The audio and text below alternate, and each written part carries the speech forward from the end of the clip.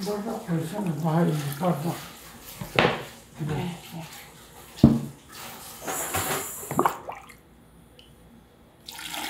Assalamualaikum.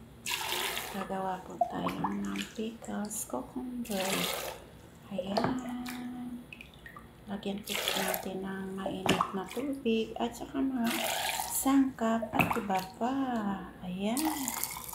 Mainit na tubig para po madali po siyang malambot. Lagyan mo ng 1 litro na tubig at saka 1 basong asin, kalahating basong vinegar.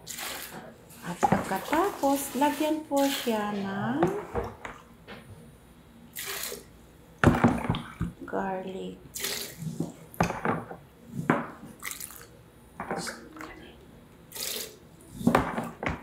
Gagmay lang. Oo. Tapos ini. Oo. Ayan.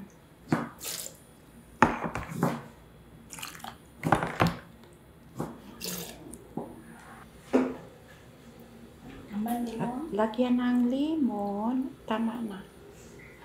Ito pa rin sa isa.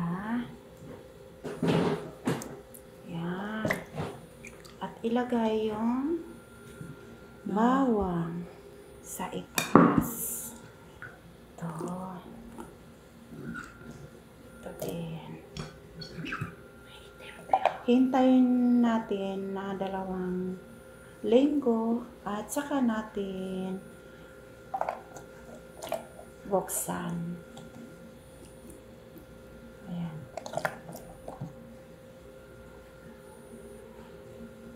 Ayan po, maraming salamat po sa inyong panonood.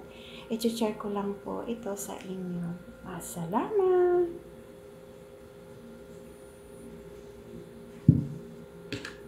Hindi mo ni ba? Nakainom ka wala pa?